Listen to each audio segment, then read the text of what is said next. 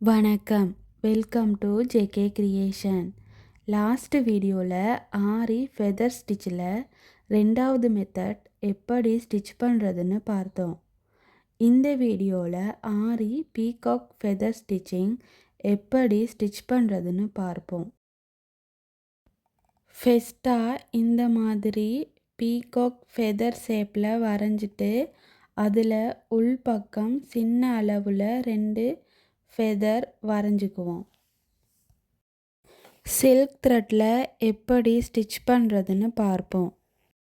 உள்பக்கம் முதலாவது லைன்லேருந்து த்ரெட்டை வெளியே எடுத்துக்கணும்.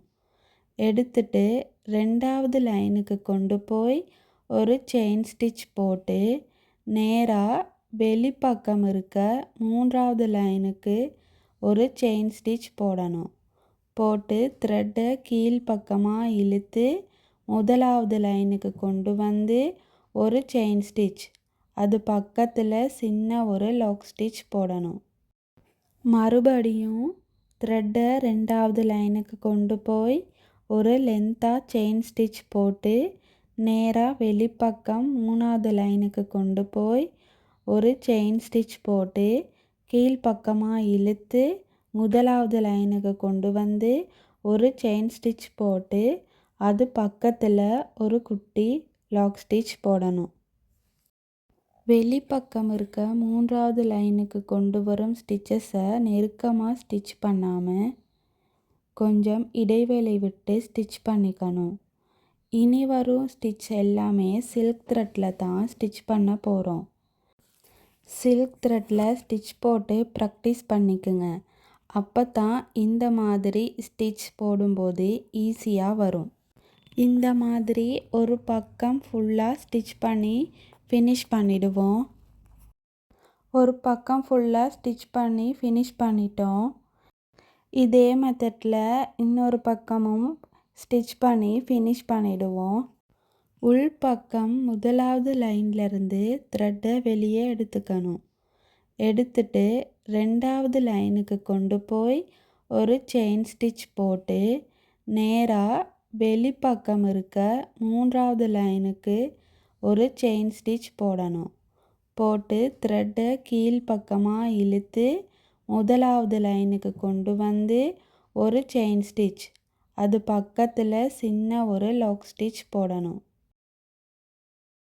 இதே மெத்தடில் இந்த பக்கமும் ஸ்டிச் பண்ணி ஃபினிஷ் பண்ணிடுவோம்.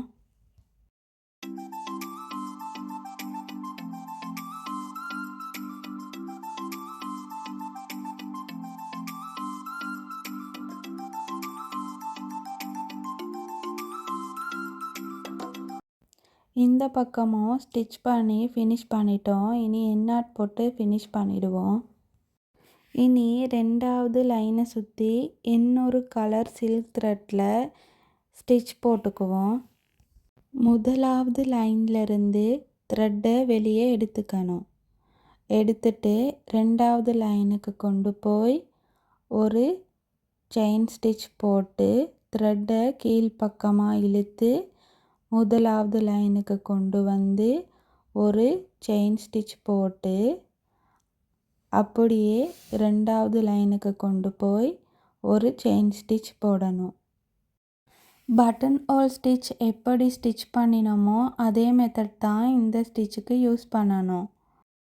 ஒரு பக்கம் ஃபுல்லாக ஸ்டிச் பண்ணிக்குவோம். ரொம்ப நெருக்கமாக ஸ்டிச் போடாமல் கொஞ்சம் தள்ளி ஸ்டிச் போடுங்க. அப்போ தான் ஃபினிஷ் பண்ணும்போது அழகாக இருக்கும்.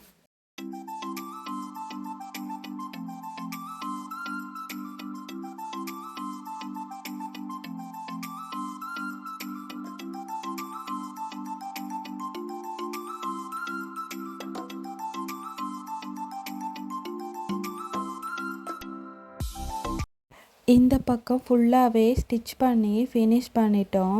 அடுத்து இன்னொரு பக்கம் ஸ்டிச் போட்டுக்குவோம். முதலாவது லைன்லேருந்து த்ரெட்டை வெளியே எடுத்துக்கணும். எடுத்துட்டு ரெண்டாவது லைனுக்கு கொண்டு போய் ஒரு செயின் ஸ்டிச் போட்டு த்ரெட்டை கீழ்ப்பக்கமாக இழுத்து முதலாவது லைனுக்கு கொண்டு வந்து ஒரு செயின் ஸ்டிச் போட்டு அப்படியே 2வது லைனுக்கு கொண்டு போய் ஒரு செயின் ஸ்டிச் போடணும். இதே முறையில் ஃபுல்லாகவே ஸ்டிச் பண்ணி ஃபினிஷ் பண்ணிடுவோம்.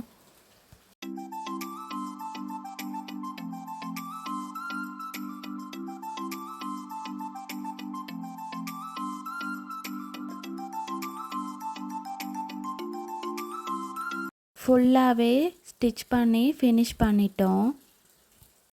அடுத்து சென்டரில் இருக்க இந்த இடத்துல குந்தன் ஸ்டோன் வச்சு ஃபில் பண்ணிடுவோம்.